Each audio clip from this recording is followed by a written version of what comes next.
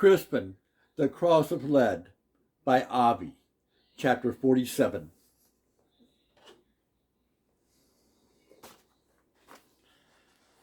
Desperate to find where Bear was being taken, I raced wildly through the town, more than once taking the chance to stop and speak to strangers. Did some soldiers holding a large red-bearded man go by? I asked. Twice I was told that such a one had just been dragged along. What's more, they were able to point in the direction the soldiers took. I rushed on. Then, as before, I unexpectedly burst into the great square. Though very crowded, I could see a group of soldiers crossing the far side. People were hastily making way for them. Scrambling forward, I wove and dodged through the crowd, tables and stalls, just in time to see the soldiers, with Acliff, drag Bear through the open doors of a large building.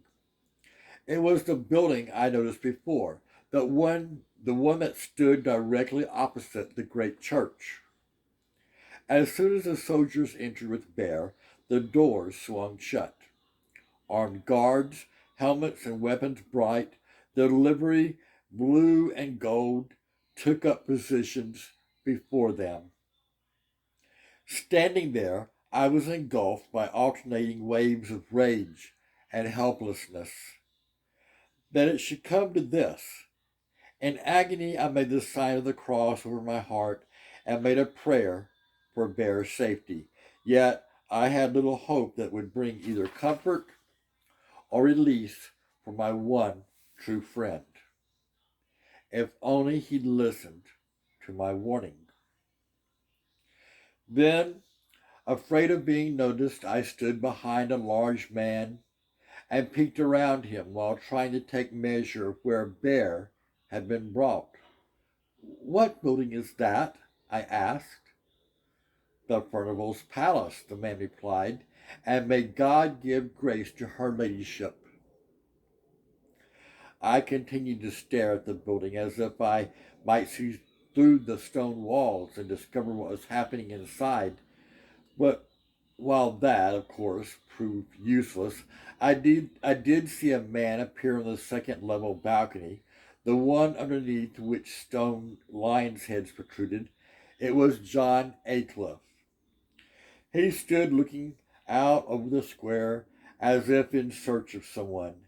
As I gazed at him, I had little doubt it was me he was seeking. I watched him, my heart full of loathing, until he turned and went back inside. He had taken Bear to get at me. Not knowing what to do, I made my way back to the Green Man. Though disconsolate, I kept my eyes alert for soldiers. I saw a few, but did not think they saw me. Fortunately, by then I had come to know the town well enough that I reached the inn in good time. But remembering the one-eyed man, I entered through the rear. The house was very quiet. Though I knew I should go and find Widow Daventry and tell her what had happened, I was in too much torment.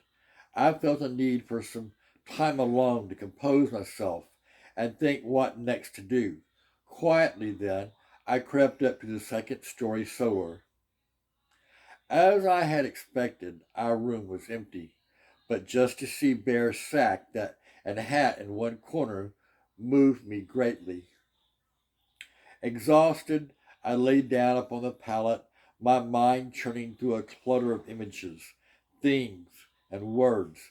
Again and again, the main questions returned. What would they do to Bear? What should I do? The truth was, I felt paralyzed. In a state of loneliness, I felt about inside Bear's sack, found the recorder, and played a melody. It was the first one he had taught me. But to hear it brought such sadness, I put it away. Silence was the only voice that could speak to me. But as I lay there, I don't know for how long, I became aware of commotion. At first it appeared to come from the street. Before I could determine what it was, I heard a crash that shook the entire house. I sat up, listening intently. Now the tumult, shouts, and cries came from within the building itself.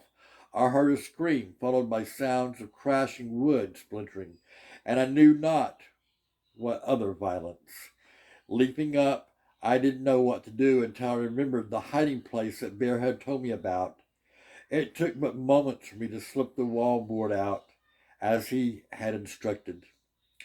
Then I crept inside the opening, taking Bear's sack and hat with me. As soon as I pulled the board back, darkness enclosed about me. I dared not move. It wasn't long before I heard heavy footfalls burst into the room right beyond my hiding place. "He's not here either," I heard a voice say, followed by the sounds of breakage and finally footsteps receding.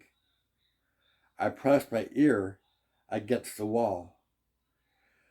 When I was certain no one was there, I eased my way out. The room had been completely tossed and turned. The little table had been crushed. Straw from the pallet lay strewn about. With extreme caution, I went out into the hall. It was deserted.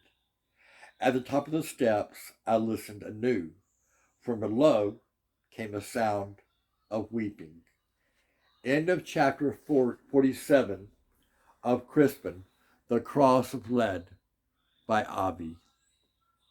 I love you, Pierce.